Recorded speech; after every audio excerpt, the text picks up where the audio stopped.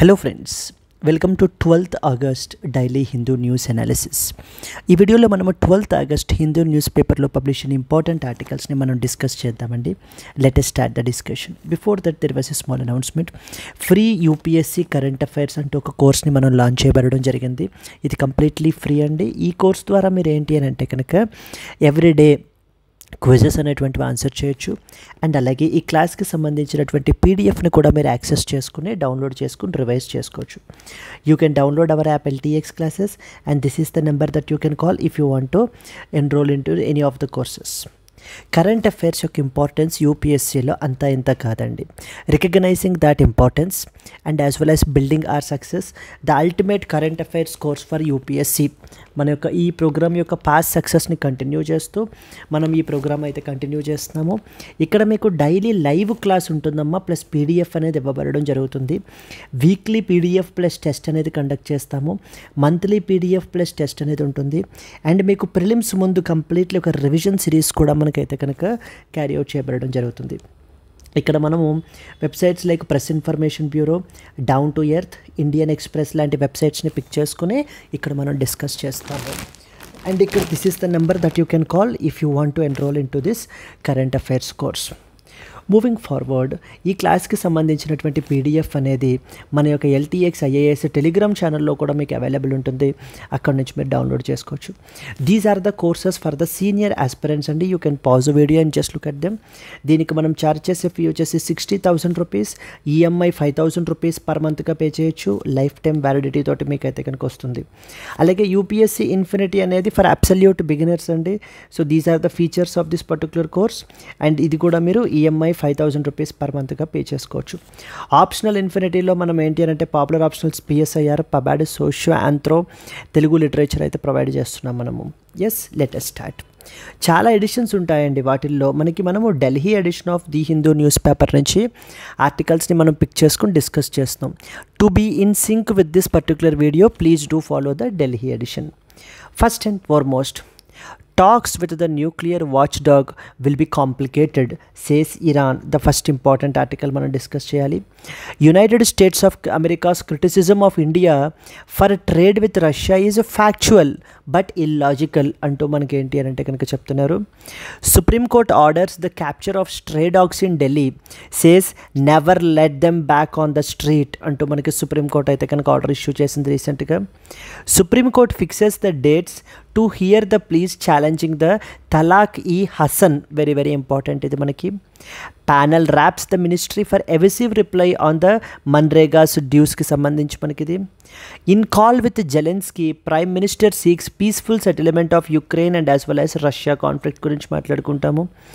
India Sri Lanka coast guards ఓ to better the maritime partnership అనేటువంటి article మనం కవర్ చేస్తాం.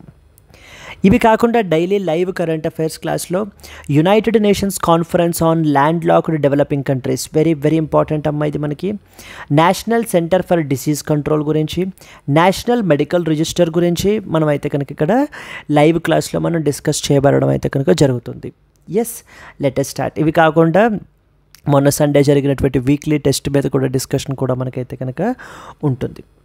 Yes, let us start. First and foremost article, talks with the nuclear watchdog will be complicated, says Iran అంటూ మనకైతే కనుక చెప్తున్నారు. మనకి ఏంటిది, దేనికి సంబంధించింది? సో మీరు కపుల్ ఆఫ్ డేస్ నుంచి న్యూస్ మీరు ఫాలో అవుతూ ఉంటే కనుక last month around June July టైంలో మనకి ఏంటి అని అంటే కనుక United States of America and as well as Israel, ఇరాన్కి సంబంధించినటువంటి కాంట్రవర్సీ ఉంది కదా మనకి. Iran versus United States of Israel and as well as United States of అమెరికాకి సంబంధించినటువంటిదండి ఈ యొక్క ఆర్టికల్ అనేటువంటిది. ఏం జరుగుతోంది Iran versus Israel and as well as United States of అమెరికాలో? ఈ యొక్క ఇరాన్ అనేటువంటిది న్యూక్లియర్ ప్రోగ్రామ్ అనేది పర్స్యూ చేస్తోంది. న్యూక్లియర్ ప్రోగ్రామ్ అనేది మనకైతే కనుక పర్స్యూ చేస్తుంది. ఇప్పుడు ఏంటంటే ఈ Israel and United States of America కలిసి ఇరాన్ మీద ప్రెషర్ తీసుకొస్తున్నాయి, ఇరాన్ని కార్నర్ అవుట్ చేస్తున్నాయి అన్నమాట. ఏ విధంగానూ ఇరాన్ ఇల్లీగల్గా న్యూక్లియర్ వెపన్స్ని తయారు చేస్తోంది మనకి. సో ఓకే, పర్మిసబుల్ లిమిట్స్ కంటే కూడా ఎక్కువగా మనకైతే కనుక ఎన్రిచ్మెంట్ అనేటువంటిది చేస్తోంది. నేను పీస్ఫుల్ పర్పసెస్కి అని చెప్పేసి పైకి చెప్తోంది, కానీ సీక్రెట్గా మనకి ఏంటంటే కనుక న్యూక్లియర్ వెపన్స్ని తయారు చేస్తోంది. అది మొత్తం ప్రపంచానికే ముప్పు అని చెప్పేసి Israel and as well as United States of America Iran మీద మనకి ప్రెషర్ అనేటువంటిది తీసుకుని వస్తున్నారు. ఏ విధంగా లాస్ట్ టైం మనకి ఏంటంటే ఎయిర్ స్ట్రైక్స్ క్యారీ అవుట్ చేశారు, మీరు చూసే ఉంటారు. మీరు ఎయిర్ స్ట్రైక్స్ అనేటువంటివి ఇజ్రాయిల్ క్యారీ అవుట్ చేసింది ఎవరి మీద? ఇరాన్ మీద మనకి. నెక్స్ట్ అలాగే యునైటెడ్ స్టేట్స్ ఆఫ్ అమెరికా కూడా క్యారీ అవుట్ చేసింది. పర్టికులర్లీ వేటి మీద అండి? న్యూక్లియర్ సైట్స్ మీద.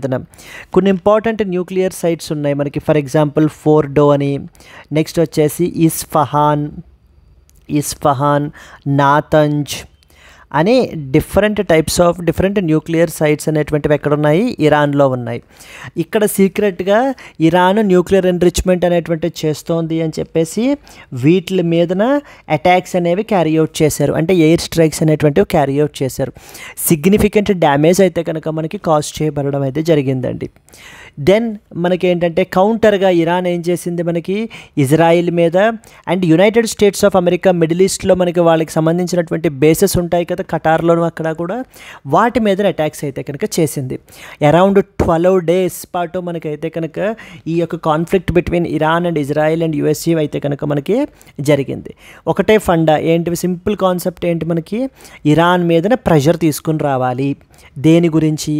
ఇరాన్ తను ఏదైతే న్యూక్లియర్ ప్రోగ్రామ్ చేస్తోందో కంప్లీట్లీ దానిని విడిచిపెట్టేంత వరకు దాని మీద మ్యాక్సిమం పాసిబుల్ ప్రెషర్ అనేటువంటి తీసుకురావాలి అనేది Israel and as well as United States of America యొక్క ఆలోచన మనకి. ఓకే, ఇక్కడ the international Atomic energy agency అని చెప్పేసి ఉంది మనకి, IAEA. ఈ యొక్క IAEA విషయానికి వచ్చేసరికి మనకి ఏంటి అని అంటే కనుక it is the nuclear watchdog in the world అని పిలుస్తాం మనం. న్యూక్లియర్ వాచ్ డాగ్ అండి. It is basically International Atomic energy Agency అనేటువంటిది వియన్నాలో మనకి హెడ్ క్వార్టర్డ్ అయ్యి ఉంది body, Austria, whose capital is. అయితే ఈ యొక్క ఇంటర్నేషనల్ అటామిక్ ఎనర్జీ ఏజెన్సీ అనేది ఏం చేస్తుంది? It's a nuclear watch dog. అంటే ప్రపంచంలో ఎవరూ కూడా న్యూక్లియర్ ఎనర్జీని, న్యూక్లియర్ టెక్నాలజీని మిస్యూజ్ చేయకుండా పీస్ఫుల్ పర్పసెస్కి ఉపయోగించుకునే విధంగా ఎప్పటికప్పుడు ఇన్స్పెక్షన్స్ అవి చేస్తూ మానిటర్ చేస్తూ ఉంటుంది ఈ ఇంటర్నేషనల్ అటామిక్ ఎనర్జీ ఏజెన్సీ. ఎప్పుడైతే ఎయిర్ స్ట్రైక్స్ అవి క్యారీ అవుట్ అయ్యాయో ఇంటర్నేషనల్ అటామిక్ ఎనర్జీ ఏజెన్సీ వాళ్ళు ఒక స్టేట్మెంట్ ఇచ్చారు. ఏమని? ఇరాన్ కంప్లీట్గా తన యొక్క నాన్ ప్రొలిఫరేషన్ ఆబ్లిగేషన్ ఏదైతే ఉందో దానిని బ్రీచ్ చేసింది అంటూ మనకి స్టేట్మెంట్ ఇవ్వడం జరిగింది. దెన్ మనకి ద ప్రెసిడెంట్ ఆఫ్ ఇరాన్, ఎవరమ్మా president of Iran? Masoud Pezeshkian అండి. సో మసౌద్ పెజెష్కియాన్ మనకి ఏంటి అని అంటే ఈ ఇంటర్నేషనల్ అటామిక్ ఎనర్జీ ఏజెన్సీ తోటి టైస్ని కట్ ఆఫ్ చేసేసుకున్నారు. కట్ ఆఫ్ ద టైస్, సంబంధాలని కట్ ఆఫ్ చేసేసుకుని ఇంకా IAEA తోటి ఎటువంటి కోఆపరేషన్ అనేటువంటిది కూడా మనకైతే కనుక చెయ్యకూడదు అని చెప్పేసి ఇది చేశారు. ఎందుకంటే ఈ యొక్క Israel and United States of అమెరికాకి సంబంధించినటువంటి స్ట్రైక్స్ మీద IAEA ఎటువంటి రెస్పాన్సు లేకుండా బయాస్డ్గా యాక్ట్ చేస్తోంది అని చెప్పేసి వీటి నుంచి బయటకు వచ్చేయడం అయితే కనుక మనకి జరిగింది. ఇప్పుడు మరలా IAEA యొక్క టీము ఎక్కడికి విజిట్ చేస్తున్నారు? ఇరాన్ విజిట్ చేస్తున్నారండి. అందుకని ఇప్పుడు ఉండేటువంటి టాక్స్ అన్నీ కూడా two technical and as well as complicated అని చెప్పేసి మనకైతే చెప్తున్నారు. ఇక్కడ అదే రాశారు చూడండి. Talks between Iran and International Atomic Energy Agency will be technical and complicated. The Islamic Republic's foreign ministry said on Monday, ahead of a visit by nuclear watchdog for the very first time since the Tehran cut the ties with the organization last month following the 12-day war waged by the Israel and United States of America. United States of America and as well as Israel ఎవరి మీద war wage చేసేయండి? Iran మీద. Different types of air strikes అనేటువంటివి conduct చేసే దేని మీద? స్పెసిఫిక్గా nuclear facilities like Fordow, Isfahan and as well as Natanz ఇలా ఇస్తారు. మనకి ప్రిలిమినరీలో అడుగుతూ ఉంటారు. Fordow, Isfahan and as well as Natanz nuclear facilities are often seen recently in the news. They are located in which of the following countries అని చెప్పేసి అడుగుతూ ఉంటారు. వెరీ సింపుల్ అండి. Iran is basically the answer మనకి. ఇంతకుముందు JCPOA అని చెప్పేసి ఒక డీల్ అయితే కనుక మనకు ఉండేది. JCPOA joint comprehensive plan of action అని పిలుస్తాం మనం. Joint comprehensive plan of action అని చెప్పేసి మనం అయితే కనుక దాన్ని పిలవడం జరుగుతుంది. So this is what is the context. Now we should see like how the talks would be progress, ఏ విధంగా మనకైతే కనుక ప్రోగ్రెస్ అవుతాయి ముందుకి అనేటువంటిది మనం సో చూడాలండి మనకి. Moving forward, let us start. The talks with nuclear watchdog will be complicated says Iran. ఏ పేపర్లోకి వస్తుందమ్మా మనకి? GS paper 2 international relations, international organisations and nuclear diplomacy అంటర్లోకి మనకైతే కనుక వస్తుంది. Iran has said that it's upcoming talks with IAEA will be technical and as well as complicated.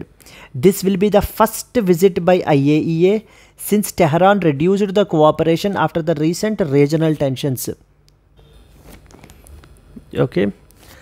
Iran IAEA relations strained after the Iran limited the cooperation. అంటే ఇంతకు ముందు ఏంటంటే ఈ యొక్క IAEA యొక్క ఎక్స్పర్ట్స్ ఉంటారు కదా, వీళ్ళు ఇరాన్ వెళ్ళి ఎక్కడైనా కూడా మనకి ఇరాన్ సీక్రెట్గా ఈ యొక్క యురేనియం ఎన్రిచ్మెంట్ అది చేస్తోందా లేదా పర్మిసబుల్ లిమిట్స్ కంటే కూడా అనేటువంటిది ఎప్పటికప్పుడు చూస్తూ ఉండేవాళ్ళు అనమాట.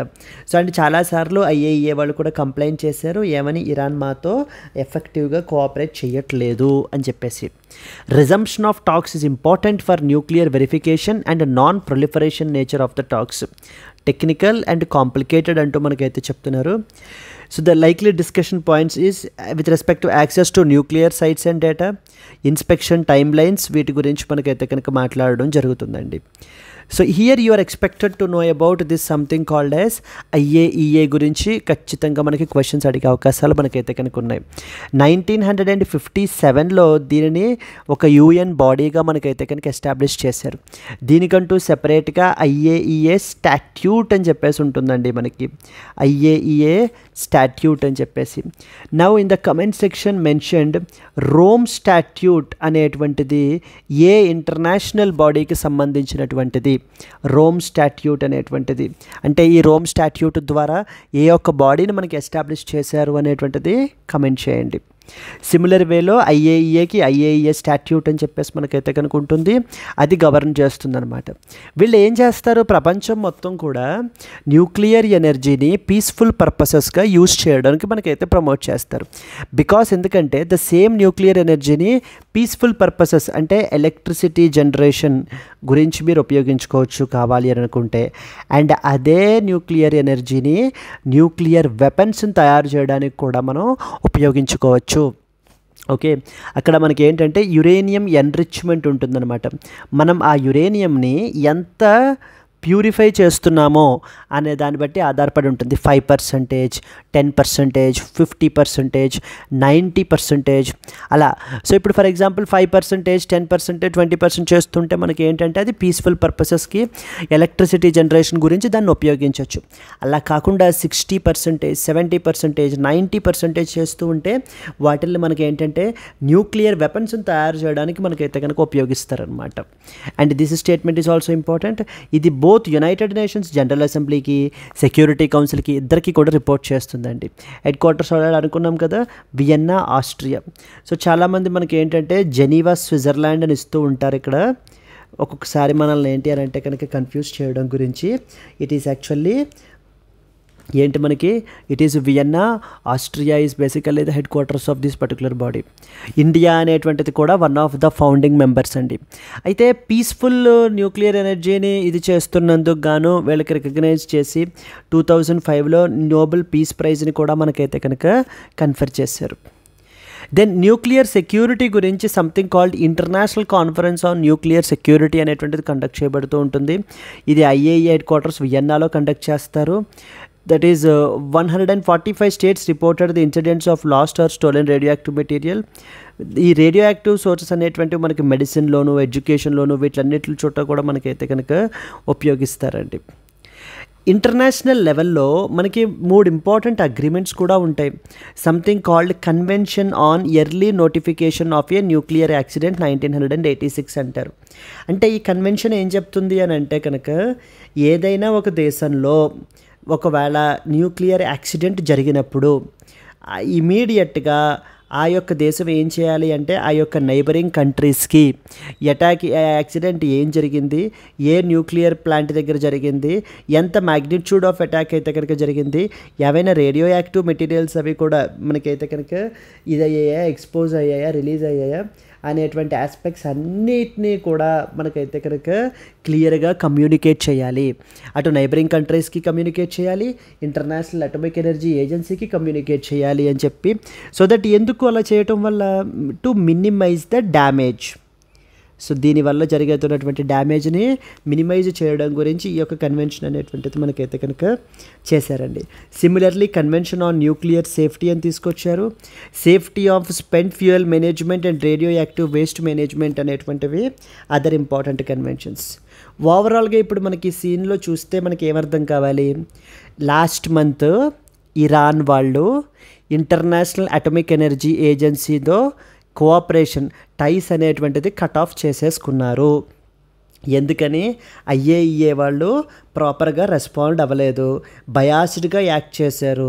United States of America and as well as Israel మా మీద ఎయిర్ స్ట్రైక్స్ క్యారీ అవుట్ చేస్తూ ఉన్నా కూడా అని చెప్పి ఇప్పుడు ఆ యొక్క కట్ ఆఫ్ చేసేసుకున్న తర్వాత మొట్టమొదటిసారిగా ఐఏఈఏ యొక్క ఎక్స్పర్ట్స్ ఇప్పుడు మనకి ఏంటంటే ఐఏఈ యొక్క టీము ఎక్కడికి విజిట్ చేస్తున్నారమ్మా, మన యొక్క దీనికి విజిట్ చేస్తున్నారు, ఇరాన్కి విజిట్ చేస్తున్నారు.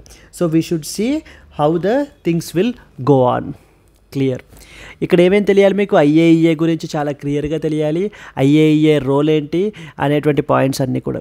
Discuss the role of IAEA nuclear non proliferation and the challenges in ensuring the compliance when political tensions affect the technical inspections can be the potential mains question. Moving on to the second important one, United States US criticism of India for trade with Russia is factual but illogical.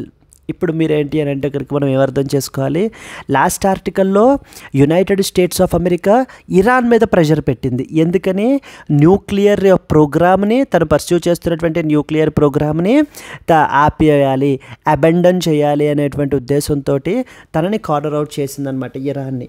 ఇప్పుడు ఏం జరుగుతుందంటే కనుక, ఇప్పుడు United States of America యొక్క focus ఎవరి మీదకి మారింది, India మీదకి మారిందండి. మనకి ఇండియాని మనకి ట్రంప్ టార్గెట్ చేస్తున్నారు. ఏ విధంగా టార్గెట్ చేస్తున్నారు, మొన్న ఆగస్ట్ 1 దాటిన తర్వాత నుంచి మనకి టారిఫ్స్ అనేటువంటివి అమల్లోకి వచ్చాయి. అరౌండ్ ఇండియా మీద 25% టారిఫ్ అనేటువంటిది ఇంపోజ్ చేశారు. దీనికి తోడు ప్లస్ ఎడిషనల్ పెనాల్టీ టారిఫ్ కూడా మనకి ఇంపోజ్ చేయబడడం జరిగింది. అడిషనల్ 25% టారిఫ్, ఇది 21 రోజుల తర్వాత నుంచి అమల్లోకి వస్తుంది. అంటే టారిఫ్ అంటే నథింగ్ బట్ ట్యాక్స్. ఇప్పుడు మనము లైక్ ఇండియా చాలా దేశాలకు ఎక్స్పోర్ట్ చేస్తుంది కదా, అదేవిధంగా యునైటెడ్ స్టేట్స్ ఆఫ్ అమెరికా కూడా ఎక్స్పోర్ట్ చేస్తుంది. ఎక్స్పోర్ట్ చేసినప్పుడు మన యొక్క ఇండియన్ గూడ్స్ ఏవైతే ఉంటాయో వాటి మీద ఈ 25% టారిఫ్ అనేది విధించడం జరుగుతుంది. అంటే 25% ట్యాక్స్ అనేది విధిస్తారు.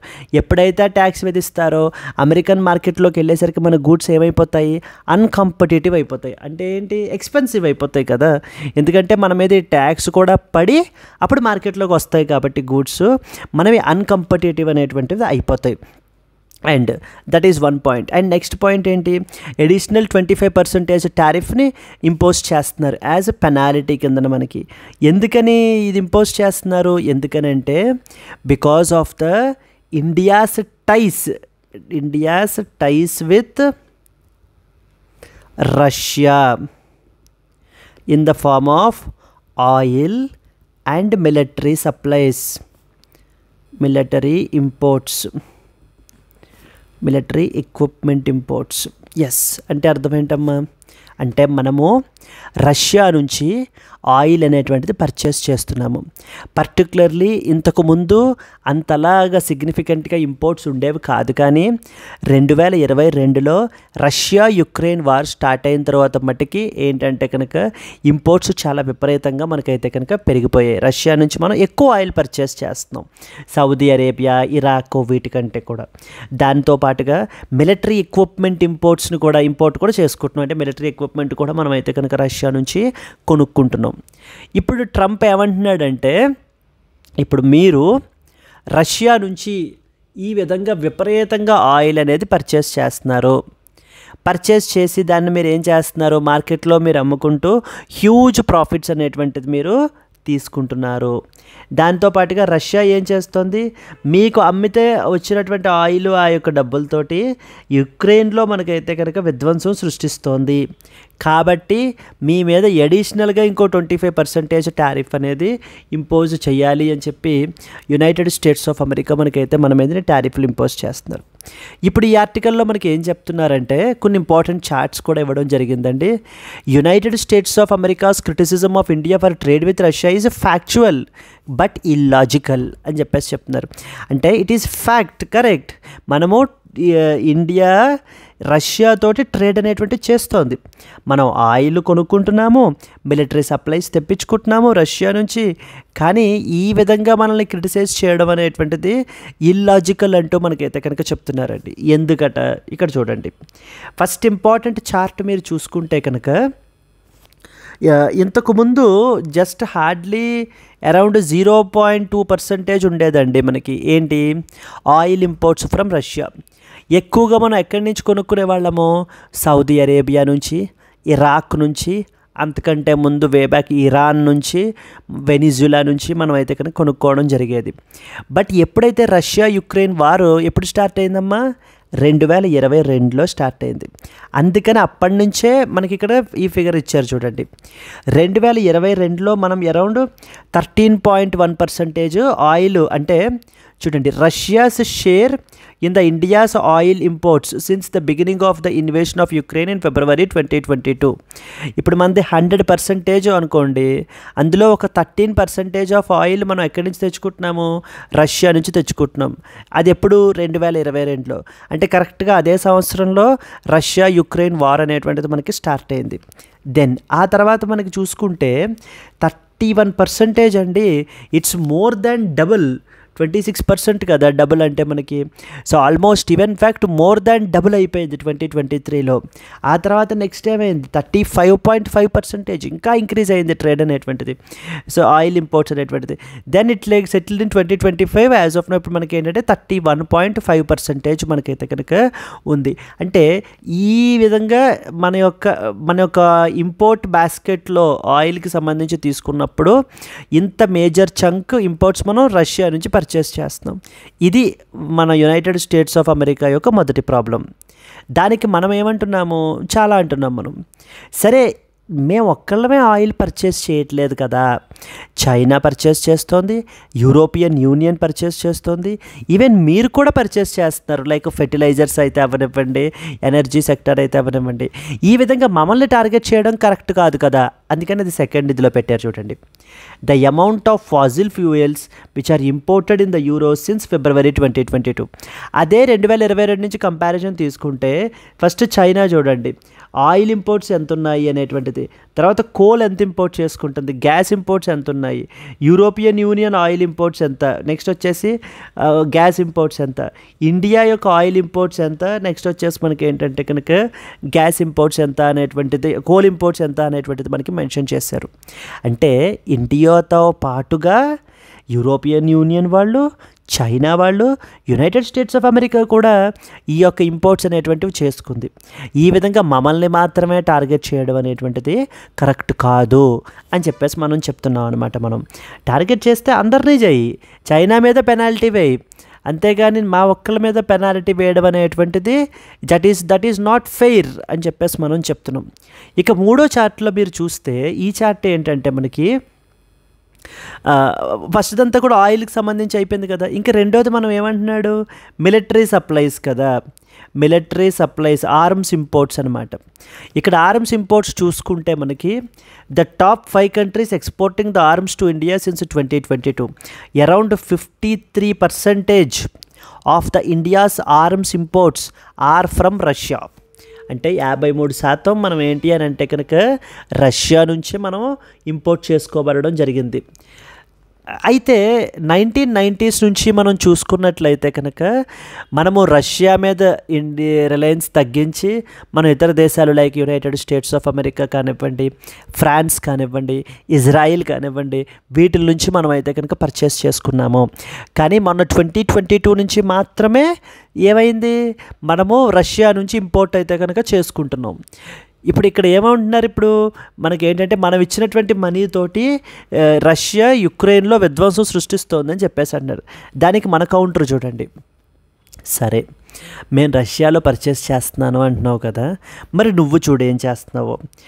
81.7% of Israel's arms imports are completely from the United States of America. 80% of the Israel's defense imports since 1949 has been from USA. Since 2022, all of the Israel's defense imports have been from the United States of America. నేను Russia నుంచి import చేసుకునేది కేవలం 2022 నుంచే, కొంత ఎక్కువగా around 50%. కానీ నీ పరిస్థితి చూస్తే నువ్వు ఇజ్రాయెల్కి ఎంత ఇస్తున్నావు అనేది చూస్తే 1949 నుంచి కన్సిడర్ చేసుకుంటే 80% ఆఫ్ ది ఇంపోర్ట్స్ అంటే ఎక్స్పోర్ట్స్ నువ్వు చేసేవన్నీ కూడా ఇజ్రాయెల్కి ఇస్తున్నావు. ఇజ్రాయెల్ ఏం చేస్తుంది, గాజాలో విధ్వంసం సృష్టిస్తుంది, మరి జెనోసైడ్ చేస్తుంది. మరి ఇది కరెక్టేనా, మరి ఈజ్ ఇట్ జస్టిఫైడ్ అని చెప్పి మనం రివర్స్లో మనం కౌంటర్ చేయడం జరుగుతుందండి. So this is what the things are. So first thing ఏంటి, ఆయిల్ సప్లైకి సంబంధించి గ్రాడ్యువల్గా ఆయిల్ సప్లై అయితే కనుక మనం ఇంపోర్ట్ అయితే కనుక చేసుకున్నాము, కరెక్టే, మేము ఒప్పుకుంటాం. కానీ మేము ఒక్కళ్ళమే కాదు, European union, United States of America, China, వీళ్ళందరూ కూడా ఇంపోర్ట్ చేసుకున్నారు. మీరు చేసుకుని మమ్మల్ని అనడం కరెక్ట్ కాదు.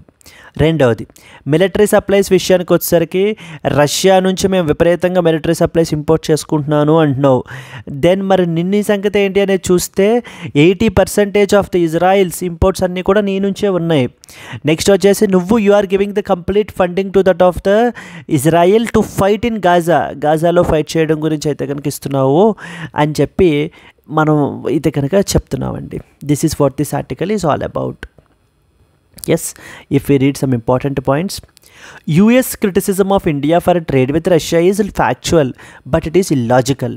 ఇది మనకి international relations, energy security, sanctions, foreign policy అండర్లోకి మనకైతే కనుక వస్తుంది.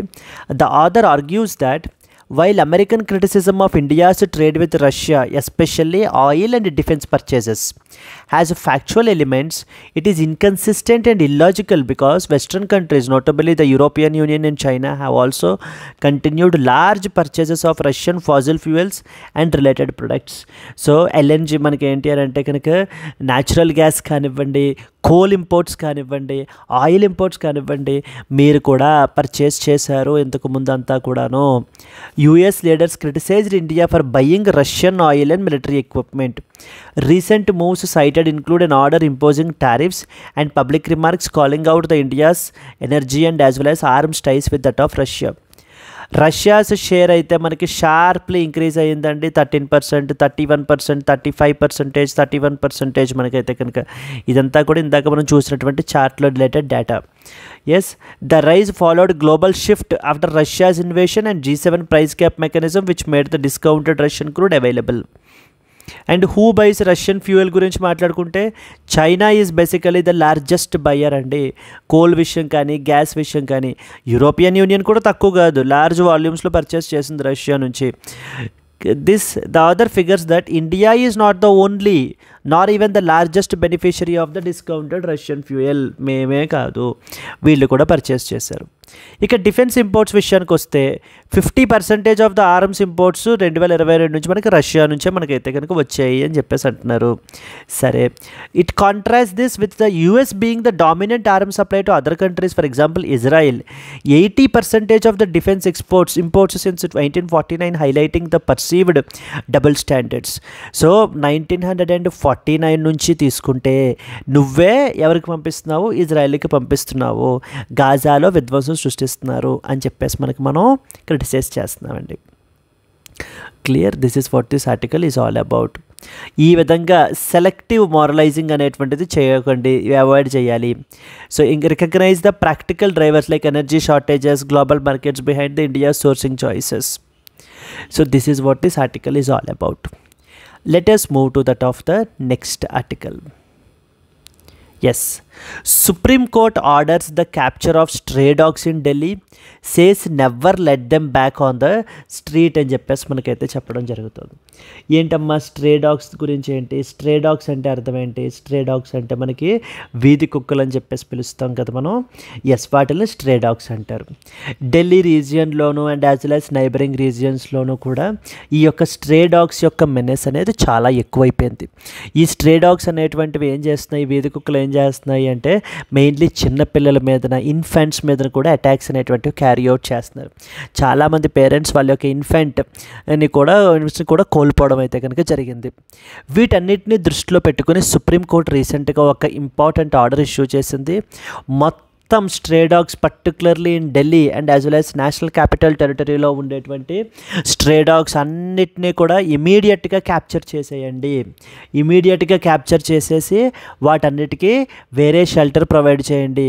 అండ్ మరలా ఎప్పుడూ కూడా ఇవి తిరిగి don't let them back on the street, మరలా వీధుల్లో ఇవి కనిపించడానికి అంటే వాటిని విడిచిపెట్టడానికి ఎట్టి పరిస్థితుల్లో కూడా వీల్లేదు అంటూ చెప్పడం జరిగిందండి. అని డైరెక్షన్ ఇష్యూ చేశారనమాట. ఎందుకని?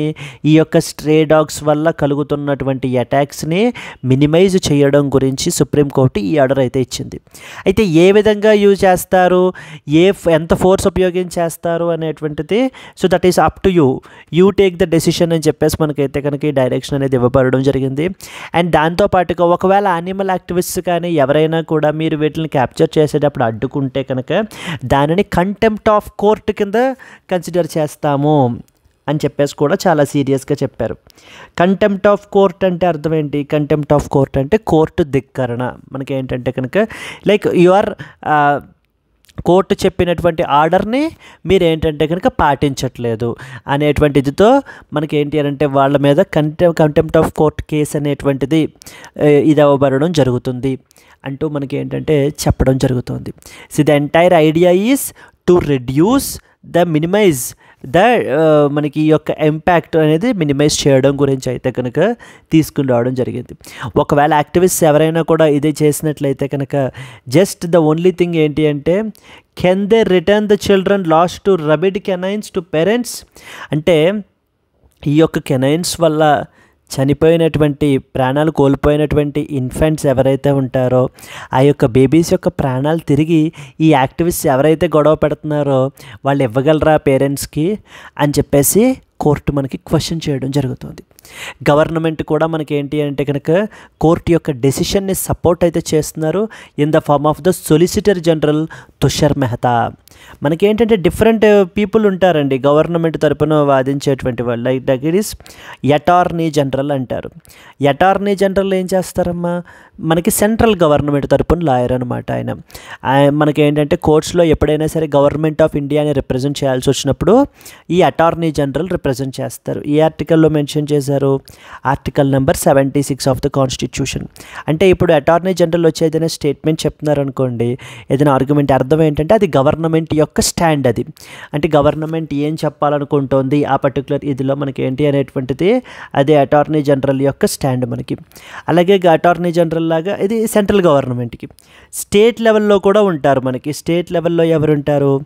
అడ్వకేట్ జనరల్ ఉంటారు. ఇది article of the constitution 165 of the constitution. Simple. మనకి ఏంటంటే అటార్నీ జనరల్ అయితే central government lawyer, advocate general అయితే ఆ కన్సర్న్డ్ స్టేట్ గవర్నమెంట్ యొక్క లాయర్ మనకి. సో ఆ యొక్క అంటే state of Andhra Pradesh, state of Telangana, ఒక్కొక్క స్టేట్కి ఒక్కొక్క అడ్వకేట్ జనరల్ ఉంటారు.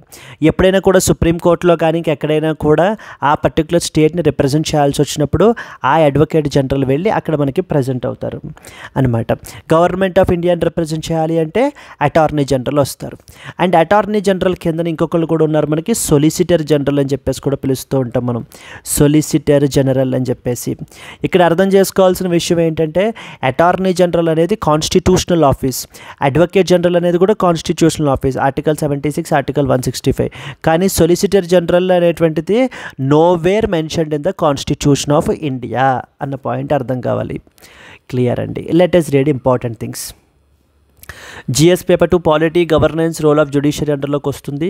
The supreme court has directed the Delhi government and local bodies to capture all the stray dogs అంటే వీధి కుక్కలు and detain them in the pounds and don't release them back into the public spaces amid the rising stray dog attacks on children. ఈ యొక్క వీధి కుక్కల యొక్క దాడులు children మీదనే పెరిగిపోతున్నాయి అనేటువంటిది ఉద్దేశంలో పెట్టుకుని మనకైతే డెసిషన్ అయితే తీసుకోవడం జరిగిందండి. The particularly night time move అయ్యేటువంటి వాళ్ళు, నైట్ షిఫ్ట్లు చేసేటువంటి వాళ్ళు, తిరిగి ఇంటికి వచ్చేటువంటి వాళ్ళు, వీళ్ళు చాలా ఇబ్బందులు మనకైతే కనుక వీటి వల్ల పడుతున్నారని చెప్పేసి చాలామంది కంప్లైంట్ అయితే కనుక చేస్తున్నారని.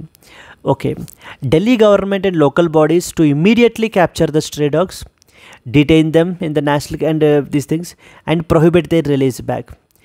Anyone who is resisting the removal of the stray dogs may face the contempt of court. ఒకవేళ ఎవరైనా కూడా రెసిస్ట్ చేస్తే కనుక వాళ్ళు కంటెంప్ట్ ఆఫ్ కోర్టు ఫేస్ చేస్తారు. Authorities instructed to prioritize areas with more vulnerable population, అంటే ఎక్కువగా వల్నరబుల్ ఏరియాస్ ఎక్కడున్నాయి అనేటువంటి దానిని మీరు ఏంటంటే ప్రయారిటైజ్ చేసుకుని వాటిల్లో ముందు రిమూవ్ అయితే కనుక చేయండి అని చెప్తున్నారు. Suo motu case on increasing incidents of stray dog attacks including in infants. Suo motu అంటే అర్థం ఏంటమ్మా? సువోమోటో అంటే ఆన్ ఇట్స్ ఓన్ అని అర్థం అనమాట. On its own. The court questioned the animal rights activists about accountability for the victims of the rabid dogs. Yes. Then here you are expected to know other important thing that is called as rabies అనేటువంటిది కూడా మనకి వీటి వల్ల అయితే cause అవుతుంది. కాబట్టి అది it is appropriate to discuss that here అండి. ర్యాబీస్ అనేటువంటిది ఒక deadly zoonotic disease. Zoonotic disease అంటే అర్థం ఏంటమ్మా? It is spread from animals to హ్యూమన్స్కి స్ప్రెడ్ అవుతుంది.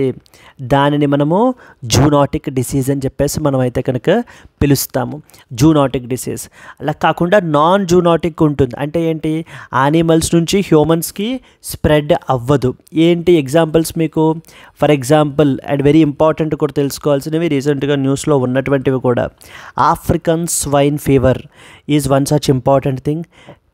నెక్స్ట్ వచ్చేసి foot and as well as mouth disease is other important non zoonotic disease. Next వచ్చేసి LSD. So that is LSD అంటే drug కాదండి. LSD అంటే మనకి లంపీ స్కిన్ డిసీజ్ అంటాం. Lumpy skin disease ఇది అనదర్ ఇంపార్టెంట్. ఇవన్నీ కూడా మనకి ఎందులోకి వస్తాయి? ఏ కేటగిరీలోకి? నాన్ జూనాటిక్ డిసీజెస్ అనేటువంటి కేటగిరీలోకి వస్తాయి మనకి. Example for zoonotic disease is rabies is one such example. Rabies virus that is RABV అనేటువంటి వల్ల మనకి ఇది కాజ్ అవుతుంది. ఇది మనకి ఈ వైరస్ దేనికి సంబంధించింది? రెబడో వైరస్ ఫ్యామిలీకి సంబంధించినటువంటిది. ఇది ఆ పర్సన్ అటాక్ చేసినటువంటి పర్సన్ యొక్క బాడీ యొక్క నర్వస్ సిస్టమ్ మీద అటాక్ చేస్తుందండి. Thereby causing the acute brain inflammation. ఎక్కువగా మనకి ఇది it will spread via the saliva of the infected animals mainly through that of the bites. ఎప్పుడైనా ఈ యొక్క యానిమల్స్ యొక్క బైట్ వల్ల వాటి యొక్క సెలైవా నుంచి మనకైతే కనుక ఆ యొక్క అటాక్ అయిన చేసేటువంటి ఎవరినైతే బైట్ చేస్తారో ఆ పర్సన్ మీదకి స్ప్రెడ్ అవ్వడం జరుగుతుంది. అయితే ఇవి చాలా ర్యాబీస్ అనేది డాగ్స్ వల్లే కాదండి, డాగ్స్ వల్ల, బ్యాట్స్ వల్ల, గబ్బిలాలు అంటాం కదా, వాటి వల్ల కూడా వస్తుంది. కానీ 99% ఆఫ్ ద కేసెస్లో ర్యాబీస్ అనేది డాగ్స్ వల్లనే మనకైతే కనుక human cases they are responsible. Rabies వచ్చినటువంటి వ్యక్తికి సిమ్టమ్స్ ఎలా ఉంటాయి? Around 2 to 3 months, can vary from 1 week to 1 year. Fever, pain ఉంటుంది, ఆ టింగ్లింగ్ ఉంటుంది అట్ ద వూండ్ సైట్, అంటే ఎక్కడైతే ఆ బైట్ జరిగిందో అక్కడ మనకి హాలుసినేషన్స్ ఉంటాయి. ఆ తర్వాత ఫ్యూరియస్ ర్యాబీస్ అంటే ఈవెన్ పారాలిసిస్ ఆర్ కామా సిచ్యువేషన్లో కూడా వెళ్ళిపోయేటువంటి పరిస్థితులు అయితే కనుక ఉన్నాయి. 100% fatal after the symptoms appear. It's a vaccine preventable disease అండి. Dog vaccination is the most cost effective prevention method. ఇప్పుడు అందుకనే ఇప్పుడు పట్టుకునే స్ట్రే డాగ్స్ అన్నిటికీ కూడా మనకి ఏంటంటే స్టెరిలైజ్ చేసి మనము వ్యాక్సినేషన్ అనేటువంటిది చేయబడడం అయితే జరుగుతుంది. తద్వారా మనం ఏంటంటే ఇక్కడికి ఈ యొక్క ర్యాబీస్ అనేటువంటిది రిస్క్ని మినిమైజ్ చేయడం గురించి. సో పోస్ట్ ఎక్స్పోజర్ ప్రోఫైలాక్సిస్ ద్వారా మనకి ఏంటంటే కనుక wound care and as well as HRIG and the series of rabies vaccines given promptly చేసినట్లయితే కనుక ఇది 100% ఎఫెక్టివ్ అని చెప్పేసి చెప్తున్నారు. Discuss the public health and ethical dimensions of Supreme Court's directive on stray dog control in Delhi in the context of zoonotic diseases like rabies can be a possible mains question. And moving on to the next important one. Yes, Supreme Court fixes the dates to hear the pleas challenging the Talaq-e-Hasan అని చెప్పేసి మనకైతే కనుక పిలుస్తున్నారు. ఇవి మనకి ఏంటంటే ముస్లిం personal లాస్కి సంబంధించినటువంటివి. ముస్లిం పర్సనల్ లాస్కి సంబంధించినటువంటివి. పర్సనల్ లాస్ అంటే దేనికి సంబంధించి ఉంటాయి? Like it can be related to marriage, it can be related to divorce, next వచ్చేసి ఇన్హెరిటెన్స్. ఇవన్నీ కూడా మనకైతే పర్సనల్ లాస్కి సంబంధించినటువంటివి. ఏ రిలీజియన్కి ఆ రిలీజియన్ ఉంటాయి, హిందూస్కి హిందూకి ఉంటాయి, ముస్లిం, క్రిస్టియన్ ఆ విధంగా ఉంటాయి. మన కంట్రీలో ఈ పర్సనల్ లాస్ అన్నిటినీ కూడా తీసివేసేసి యూనిఫామ్గా దేశం మొత్తం కూడా ఒకటే లా ఉండాలి అని చెప్పేసి యూనిఫామ్ సివిల్ కోడ్ అని చెప్పి తీసుకుని రావాలి అని చెప్పేసి అయితే తీసుకుని వచ్చారు. అయితే under article number 44 of the కాన్స్టిట్యూషన్లో మనం ఇన్సర్ట్ చేసామండి, దీన్ని ఇన్కార్పొరేట్ చేసామన్నమాట. Article number 44 of the constitution deals with what? Deals with the uniform civil code. ఈ యూనిఫామ్ సివిల్ కోడ్ ఏం చేస్తాయి? ఈ ఏ రిలీజియన్ వైడ్ ఆ రిలీజియన్ వైడ్ యొక్క పర్సనల్ లాస్ అన్నిటినీ కూడా రీప్లేస్ చేస్తూ యూసీసీకి వస్తుంది. సరే, ఇప్పుడు ఈ ముస్లిం పర్సనల్ లాస్కి సంబంధించి ఏది రీసెంట్గా న్యూస్లో ఉంది అంటే డైవర్స్కి సంబంధించి రీసెంట్గా న్యూస్లో ఉంది. ఇప్పుడు ఈ డైవర్స్కి సంబంధించి ఏంటి అని అంటే సంథింగ్ కాల్డ్ యాజ్ తలాక్-ఈ-హసన్ అని చెప్పేసి పిలుస్తాం. ఈ తలాక్-ఈ-హసన్ అనేటువంటిది it is basically a practice through which a man will give divorce, not women అండి, please be very clear. A man can give divorce to his wife by through this mode called as talaq-e-hasan. దీనిని కోర్ట్స్లో మనకైతే ఇప్పుడు challenge చేస్తున్నారు. ఏమని? ఇది unconstitutional అని చెప్పేసి. ఇది fundamental rights of the women, particularly article number 14 of the constitution, 15 of the constitution, so next వచ్చేసి మనకి 25 ఆఫ్ ద కాన్స్టిట్యూషన్, ఇవి వైలేట్ చేస్తున్నాయి అని చెప్పేసి మనకైతే చెప్పబడడం జరుగుతుంది. ఇంతకంటే ముందు దేర్ ఈజ్ వన్ మోర్ తలాక్ అండి, మీరు అందరూ వినే ఉంటారు, కాల్డ్ యాజ్ తలాక్-ఈ-బిద్దత్. ఇది విన్నా వినకపోయినా మీరు ఈ పదం వినుంటారు. ట్రిపుల్ తలాక్ అని చెప్పేసి. ట్రిపుల్ తలాక్ ఏంటి? ట్రిపుల్ తలాక్ ఇది ట్రిపుల్ తలాక్ అనేది ఈ రోజున ఏంటి కంట్రీలో? It is unconstitutional. సుప్రీంకోర్టు దీనిని అన్కాన్స్టిట్యూషనల్గా డిక్లేర్ చేసింది. ఎప్పుడు? 2017లో షయారా బనో కేసులో మనకి వర్సెస్ యూనియన్ ఆఫ్ ఇండియా, ఈ కేసులో ఈ యొక్క ట్రిపుల్ తలాక్ని అన్కాన్స్టిట్యూషనల్గా డిక్లేర్ చేయబడడం జరిగింది. అంటే ఏంటి ట్రిపుల్ తలాక్ అంటే? అంటే instant talaq or instant triple talaq. ఒక హస్బెండ్ లేకపోతే ఒక ముస్లిం హస్బెండ్ అవుతుంటారు మ్యాన్, తన యొక్క వైఫ్కి తలాక్ తలాక్ తలాక్ అని చెప్పేసి 3 సార్లు అటే స్ట్రెచ్ చెప్పినట్లయితే కనుక that is considered as that of మనకేంటి అంటే డైవర్స్ బీయింగ్ గ్రాంటెడ్ అని చెప్పేసి మనకైతే కనుక కన్సిడర్ చేస్తారు. దీనిని కంప్లీట్లీ ఇది మనకేంటంటే డిస్క్రిమినేటరీగా ఉంది అంటూ మనకైతే కనుక దీనిని అన్కాన్స్టిట్యూషనల్గా చేశారు 2017లో. ఆ తర్వాత మనకి పార్లమెంట్ కూడా ఒక లా తీసుకుని వచ్చింది. తద్వారా ఎవరైనా కూడా ఈ విధంగా తలాక్ తలాక్ తలాక్ అని చెప్పేసి చెప్పినట్లయితే కనుక వాళ్ళకి 3 సంవత్సరాలు ఇంప్రిసన్మెంట్ కూడా మనకైతే కనుక ఉంటుందండి. ఇది మొదటిది తలాక్-ఈ-బిద్దత్ అనేది. ఇప్పుడు రెండోది తలాక్ ఈ హసన్. ఈ తలాక్ ఈ హసన్ ఏంటి మనకి ఇప్పుడు 3 times చెప్తారు ఇక్కడ కూడా తలాక్ అనేది, కానీ ప్రతి టైము కూడా ఒక 1 month గ్యాప్ అనమాట. అంటే 1 menstrual cycle గ్యాప్ అయితే కనుక ఉంటుంది.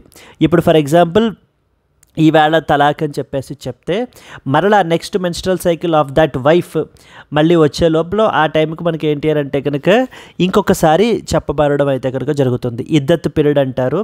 ఒకవేళ ఈ పీరియడ్లో అంటే తలాక్ చెప్పి నెక్స్ట్ తలాక్ చెప్పేటువంటి మధ్యలో టైంలో ఒకవేళ రీకన్సైల్ అయినట్లయితే, వాళ్ళు కోహాబిటేట్ అయినట్లయితే కనుక అప్పుడు వాళ్ళ యొక్క మ్యారేజ్ అనేది కంటిన్యూ అవుతుంది. అలా అప్పటికి 3 menstrual cycles దాటేసినా కూడా 3 months 3 times చెప్పినా కూడా ఎటువంటి రీకన్సిలియేషను లేకపోతే then that will be they will go for the డైవర్స్గా మనకైతే కనుక కన్సిడర్ చేస్తారు. మనకి that is where talaq e hasan అని చెప్పేసి పిలుస్తారు. ఇప్పుడు ఈ తలాక్-ఈ హసన్ అనేది సుప్రీంకోర్టులో ఛాలెంజ్ చేశారు. దానికి సంబంధించి కోర్టు నవంబర్ 19వ తారీఖు అని చెప్పేసి డేట్ అయితే ఫిక్స్ చేయబడడం జరిగింది. ఆ రోజున మనకైతే కనుక ఈ యొక్క తలాక్-ఈ హసన్కి సంబంధించినటువంటి ఆర్గ్యుమెంట్స్ అనేటువంటివి జరుగుతాయి. And court will see whether is it really unconstitutional or not. ఇక్కడ అర్థం కావాల్సింది ఏంటి మీకు, తలాక్-ఈ హసన్ అనేటువంటిది కేవలము మెన్కి మాత్రమే, హస్బెండ్కి మాత్రమే అవైలబుల్ ఉంటుంది. వైఫ్ దీని ద్వారా డైవర్స్ అనేటువంటి ఇవ్వలేరు అనేటువంటి పాయింట్ అర్థం కావాలి. ఇక్కడ మీకు తలాక్-ఈ హసన్ తెలియాలి, తలాక్-ఈ బిద్దత్ తెలియాలి, నెక్స్ట్ వచ్చేసి అసలు పర్సనల్ లాస్ గురించి తెలియాలి, అండ్ యూనిఫామ్ సివిల్ కోడ్ గురించి తెలియాలి. ఒకవేళ మన కంట్రీలో ఏవైనా స్టేట్స్ యూనిఫామ్ సివిల్ కోడ్ని అడాప్ట్ చేసుకుంటున్నాయా అనేటువంటిది కూడా తెలియాలి. Example Uttarakhand can be an example అండి. ఇప్పుడు దీనికి సంబంధించి ఏంటంటే మనకి justice Suryakant and as well as the Bagchi then issued the notice and sought the views of national commission for women NHRC and national commission for protection of child rights. అంటే వీళ్ళ ముగ్గురికి కూడా నోటీసులు పంపించింది కోర్టు. ఏమని, ఈ ఇష్యూ గురించి మీ వ్యూస్ ఏంటి, మీ అభిప్రాయాలు ఏంటి తెలియజేయండి. ఈ లోపల నవంబర్ 19 నుంచి ఈ యొక్క ఇష్యూ మీదన సుప్రీంకోర్టు మనకైతే కనుక ఆర్గ్యుమెంట్స్ అనేది వినడం అయితే జరుగుతుందండి. So that is what is the idea. Clear? Yes. Now if you move forward, the Supreme Court will hear from November 19th the petitions challenging the constitutionality of the Talaq-e-Hasan. A bench of Justices Suryakant and Bagchi has issued the notice to various commissions like NCW, NHRC and the National Commission for Protection of Child Rights seeking their views. అంటే వాళ్ళ యొక్క అభిప్రాయాలను తెలియజేయమని చెప్పి, వాళ్ళ యొక్క ఒపీనియన్స్ని తెలియజేయమని చెప్పేసి పంపించడం జరిగింది.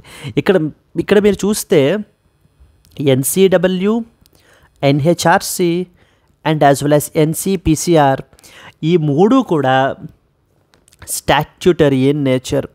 అంటే పార్లమెంట్ యొక్క లా ద్వారా మనకైతే కనుక ఎస్టాబ్లిష్ చేయబడ్డాయి ఈ యొక్క 3 బాడీస్ కూడాను. ఇప్పుడు తలాక్-ఈ-హసన్ అంటే అసలు ఏంటి మనకి, it is a form of divorce under the Muslim personal law. Muslim personal law అండర్లో ఇది మనకి ఏంటి అని అంటే కనుక one of the form of the divorce అండి. దీంట్లో ఏం జరుగుతుంది, the husband will pronounce the talaq once in a month for the 3 months spaced over the iddat period. నెలకొకసారి మనకి ఏంటి అని అంటే కనుక చెప్పబడడం జరుగుతుంది. For example if the couple reconciles, మరలా వాళ్ళిద్దరి మధ్య మ్యూచువల్ అగ్రిమెంట్ వచ్చి కోహాబిటేట్ చేసినట్లయితే కనుక before the 3rd pronouncement the marriage will continue. Else లేకపోతే ఏమవుతుంది, it leads to divorce. It is considered a revocable divorce until the 3rd pronouncement. It will allow for reconciliation and as well as negotiation. అంటే triple తలాక్, instant తలాక్ కన్నా కూడా it will give some time of around 3 months పాటు మనకి వాళ్ళిద్దరికీ కూడా ఆ యొక్క కపుల్కి time అనేటువంటిది ఉంటుంది. అంటే వాళ్ళ యొక్క గొడవలు మరలా మధ్యలో వాళ్ళు సెటిల్ చేసుకుని ఇది చేసినట్లయితే కనుక so then the marriage will sustain and it will continue అండి. లీగల్ పొజిషన్ ఎలా ఉంది, దీని పరిస్థితి ఏంటి, ఇది ముస్లిం పర్సనల్ లాలో రికగ్నైజ్ చేయబడి ఉంది. And not expressly banned unlike the talaq e biddat. Talaq e biddat ban చేసినటువంటి విధంగా ఇంకా తలాఖీ యొక్క హసన్ని మన కంట్రీలో ఇంకా బ్యాన్ చేయలేదు. ఇప్పుడు దాన్ని సుప్రీంకోర్టులోనే ఛాలెంజ్ చేస్తున్నారు. మరి తలాఖీ బిద్దత్ అంటే ఏంటి అర్థం? ఇన్స్టెంట్ ట్రిపుల్ తలాక్ అండి ఇది. దీనిని ఇన్స్టెంట్ ట్రిపుల్ తలాక్ అని కూడా పిలుస్తూ ఉంటారు. ఎందుకంటే ఒకేసారి తలాక్ తలాక్ తలాక్ అని చెప్పేస్తారు. అది ఫర్ ఎగ్జాంపుల్ ఓరల్గా చెప్పచ్చు, లేకపోతే రిటర్న్ ఫార్మాట్లో రాసి ఇవ్వచ్చు. ఈవెన్ అప్పట్లో మనకి ఏంటంటే చాలా వాట్సాప్ల్లో కూడా మనకి తలాక్ తలాక్ అని చెప్పేసి పంపించడం జరిగిందని చెప్పేసి చాలా కేసెస్ అయితే కనుక ఉన్నాయి. The husband pronounces the talaq 3 times in one sitting directly. It can be either oral, it can be in a written, or it can be in electronic communication. And example, WhatsApp can be thing. It is irrevocable immediately upon pronouncement. అంటే ఒక్కసారి తలాక్ తలాక్ తలాక్ అని చెప్పినప్పుడు it is completely irrevocable. And ఇక్కడ ఎటువంటి రీకన్సిలియేషన్కి scope లేదు కదా. ఇప్పుడు మనం తలాఖీ బిద్దతతో కంపేర్ చేస్తే there is some significant amount of time మనకైతే కనుక ఉంది. కానీ ఇక్కడ మనకి ఏంటంటే ఎటువంటి స్కోపు రీకన్సిలియేషన్కి లేదు. అందుకనే ఏం చేశారు, ముస్లిం విమెన్ని ప్రొటెక్ట్ చేయడం గురించి, వాళ్ళ యొక్క రైట్స్ని ప్రొటెక్ట్ చేయడం గురించి, ఈ విధంగా ఆ ముస్లిం విమెన్ని అండ్ ఈ యొక్క మ్యారేజ్ వల్ల కలిగినటువంటి చిల్డ్రన్ యొక్క రైట్స్ని ప్రొటెక్ట్ చేయడం గురించి అన్కాన్స్టిట్యూషనల్ అని చెప్పేసి మనకి సుప్రీంకోర్టు డిక్లేర్ చేసింది. ఏ కేసులో అమ్మా? Shayara Bano versus union of India కేసులో మనకి. అండ్ ఆ తర్వాత ఏం చేశారు, Muslim women protection of rights of marriage act 2019 అని చెప్పేసి సెంట్రల్ గవర్నమెంట్ తీసుకొచ్చింది పార్లమెంట్. తలాఖీ బిద్దత్ అనేది ఒక కాగ్నిజబుల్ అఫెన్స్. ఎవరైనా కూడా దీనిని ప్రాక్టీస్ చేసి కన్విక్ట్ అయినట్లయితే కనుక వాడికి 3 years ఇంప్రిసాన్మెంట్ అయితే కనుక ఉంటుంది అని చెప్పేసి మనకి దీనిని క్రిమినలైజ్ కూడా చేశారండి. దట్ ఈజ్ వేర్ మనకి ట్రిపుల్ తలాక్ గురించి మనకు తెలియాల్సినటువంటిది సిగ్నిఫికెన్స్ ఏంటి. Now it raises questions about gender equality. Because ఎందుకంటే తలాఖీ బిద్దత్ అనేటువంటిది కూడా ఓన్లీ మ్యాన్ మాత్రమే, హస్బెండ్ మాత్రమే చెప్పగలడు. ఆ వైఫ్కి వేరే ఫార్మ్ ఆఫ్ డైవర్స్ ఉంటుంది, కులా అని చెప్పేసి మనకి. దట్ ఈస్ ద థింగ్ అండి. May clarify the constitutional validity of talaq e hasan and its compatibility with articles 14, 15, 21 of the Constitution of India. See, at the end of the day you should understand that it is the Constitution of India which is supreme అండి. వాళ్ళు వీళ్ళు కాదు, Constitution of India is supreme in our country. అది personal loss అయినా, parliament చేసిన loss అయినా, central government తీసుకొచ్చిన executive orders అయినా, సుప్రీంకోర్టు జడ్జిమెంట్స్ అయినా, అవన్నీ కూడా కాన్స్టిట్యూషన్ ఆఫ్ ఇండియానే ఫాలో అవ్వాలి. దానికి వ్యతిరేకంగా ఉన్నట్లయితే కనుక అది ఏదైనా కూడా నిలబడదు. That you should understand. Moving on to the next important one. Panel wraps the ministry for evasive reply on Manrega dues. మన్రేగాస్ అంటే అర్థం ఏంటమ్మా? Mahatma Gandhi national rural employment guarantee scheme. So మన కంట్రీలో ఈ యొక్క ఎంప్లాయ్మెంట్ గ్యారంటీ స్కీమ్ని మనకైతే కనుక తీసుకుని వచ్చారు మనకి Mahatma Gandhi national rural employment guarantee scheme అని చెప్పేసి. అంటే అన్స్కిల్డ్ మాన్యువల్ వర్క్స్ అనేటువంటిది ప్రొవైడ్ చేస్తారు రూరల్ పీపుల్కి. Particularly around 100 days of employment అనేటువంటిది మనకైతే కనుక ప్రొవైడ్ చేయబడడం జరుగుతుందండి ఇన్ ఏ ఇయర్లో మనకి. దీనికి సంబంధించి ఏంటంటే అసలు మన్రేగాకి సంబంధించినటువంటి వేజెస్, ఈ యొక్క డ్యూస్ ఎంతవరకు ఉన్నాయి అనేటువంటిది మనకి ఈ యొక్క పార్లమెంటరీ ప్యానెల్ అయితే క్వశ్చన్ చేసింది. దానికి సంబంధించి మినిస్ట్రీ ఆఫ్ రూరల్ డెవలప్మెంట్ మనకైతే కనుక చెప్పలేదు. It kept on silent. So అని చెప్పేసి మనకి ఏంటి అని అంటే కనుక ఇప్పుడు ఈ యొక్క ప్యానెల్ మనకి దీనిని క్రిటిసైజ్ చేయబడడం అయితే కనుక జరుగుతుంది. Yes, GS paper 2 polity and governance, parliamentary standing committee, social welfare schemes అనే టాపిక్ కంట్రోల్లోకి మనకైతే కనుక వస్తుంది ఇది. So here this is a representational image of the people who are engaged in one of the మన్రేగా వర్క్స్ అయితే కనుక. ఇక్కడ మనకి ఎలా ముందుకు వస్తే అసలు మన్రేగా గురించి ఇంపార్టెంట్ పాయింట్స్ మనకి ఏం తెలియాలి. Mahatma Gandhi national rural employment guarantee scheme ఒక యాక్ట్ చేశారండి మనకి. That is called Mahatma Gandhi national rural employment guarantee act 2005. ఇది ఏం చేస్తుందంటే it guarantees right to work. ఒక రైట్ని కన్ఫర్ చేస్తుంది అనమాట. ఇప్పుడు కాన్స్టిట్యూషన్ ఏ విధంగా ఫండమెంటల్ రైట్స్ ఇచ్చింది మనకి, లైక్ రైట్ టు లైఫ్ అని, ఫ్రీడమ్ ఆఫ్ రిలీజియన్ అని, అదేవిధంగా ఇది ఏం చేస్తుంది అంటే ఆ రైట్ ఇస్తుంది, రైట్ టు వర్క్ అని చెప్పేసి. 100 days of unskilled manual work per eligible rural household per year మనకైతే కనుక ప్రొవైడ్ చేస్తారు. Any adult greater than 18 years of age ఉండాలి, రూరల్ హౌస్ హోల్డ్ అయి ఉండాలి, willing to do unskilled work, అంటే ఆ వర్క్ చేయడానికి ఎటువంటి స్కిల్స్ అవసరం లేదనమాట. And he will work general within 5 kilometers of the radiance. Travel allowance కూడా ప్రొవైడ్ చేస్తారు ఒకవేళ దూరం అయినట్లయితే కనుక. If work is not provided within 15 days of demand, the applicant is entitled to an unemployment allowance as per the scheme provisions. ఇక్కడ ఒక విషయం అర్థం చేసుకోవాలి ఏంటి, ఇప్పుడు ఫర్ ఎగ్జాంపుల్ ఒక రూరల్ హౌస్ హోల్డ్ ఒక పర్సన్ ఉన్నారండి, తను మనకి ఏంటంటే నాకు ఇలా వర్క్ కావాలి అని చెప్పేసి అడుగుతారు. అప్పుడు గవర్నమెంట్ 15 రోజుల లోపల అతనికి ఏదో ఒక వర్క్ ప్రొవైడ్ చేయాలి. ఒకవేళ ప్రొవైడ్ చేయలేకపోతే మనకి ఆ గవర్నమెంట్ ఏం చేయాలి, అన్ఎంప్లాయ్మెంట్ అలవెన్స్ అనేటువంటిది ప్రొవైడ్ చేయాలి. ఎప్పటి వరకు, వర్క్ ప్రొవైడ్ చేసేంత వరకు కూడా మనకి. అయితే ఎంత ప్రొవైడ్ చేస్తారట, 1/4 of the minimum wage for 30 days provide చేస్తారు. ఒకవేళ అప్పటికి కూడా ఇవ్వకపోతే హాఫ్ అయితే కనుక ఇవ్వబడడం జరుగుతుందండి. ఇక పేమెంట్ విషయానికి వచ్చేసరికి వీక్లీ పేమెంట్స్ ఉంటాయి. 15 days దాటితే కనుక కంపెన్సేషన్ పే చేయాల్సినటువంటి పరిస్థితి అయితే కనుక ఉంటుంది. Delayed wage payments are a frequent implementation challenge. Wages అనేటువంటి వీళ్ళకి ఏంటి అని అంటే కనుక వెంటనే రావట్లేదు, చాలా డిలేస్ అయితే కనుక మనకైతే కనుక ఉంటున్నాయండి. That is what is the main problem here. So here if you see, these are the important things that you are expected to know. Discuss the key implementation challenges of Manrega with reference to delay in wage and material payments. Suggest some administrative and financial measures to ensure timely disbursement and strengthen the accountability can be a potential mains question. Moving on to the next important one. In call with Zelensky, Prime Minister seeks the peaceful settlement of the Ukraine-Russia conflict. ఈ యొక్క Ukraine Russia conflict మనకి ఏంటి అని అంటే కనుక most recently 2022లో మనలా మనకైతే కనుక స్టార్ట్ అయిందండి. And it still continuous. దీనికి సంబంధించి మనకి ఏంటి అని అంటే కనుక మన యొక్క honourable prime minister the president of Zelensky తోటి టెలిఫోన్ కాన్వర్జేషన్ అయితే కనుక జరిగిందనమాట. ఈ కాన్వర్జేషన్లో మనం ఏంటి అని అంటే కనుక so we are saying that we have to come to the peaceful settlement అనేటువంటిది ఉండాలి Ukraine and as well as Russia కాన్ఫ్లిక్ట్కి అని చెప్పేసి మనకైతే కనుక చెప్పబడడం అయితే జరుగుతుంది మనకి.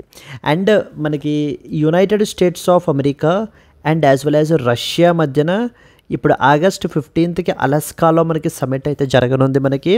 సో దేర్ బై మనకి ఏంటి అని అంటే సమ్ సార్ట్ ఆఫ్ పీస్ అనేటువంటిది రావచ్చు between Russia and as well as Ukraine అని చెప్పేసి కూడా మనకైతే కనుక చూడడం జరుగుతుంది. ఇక్కడ మనకి ఇంకొక ఇంపార్టెంట్ థింగ్ ఏంటి అని అంటే కనుక సో మనం అటు రష్యా వైపు ఉండము, మన యుక్రెయిన్ వైపు ఉండమండి. We always stand by the side of peace వైపు మనం అయితే కనుక్కుంటాం. సో ఇది ఇక్కడ చూడండి, India on Saturday welcomed the August 15th summit between the United States of America and as well as Russia అని చెప్పేసి మనకైతే కనుక చెప్తున్నారు. This is what is the other important article. Once this summit అయిన తర్వాత అలస్కాలో మనకి we can have more discussion with respect to this article. Clear. Moving on to the next important one. Coming to the today's question. Fordo, Isfahan and Natanz are often seen recently in the news. They are located in the A. United States of America, B. Ukraine, C. Iran, D. Russia. If you know the answer, please comment your answer. And alage if you have liked the video, please do like it and share it to your friends as well. And let's meet again in the next Hindu news analysis. Until then, happy learning. All the best. Bye bye.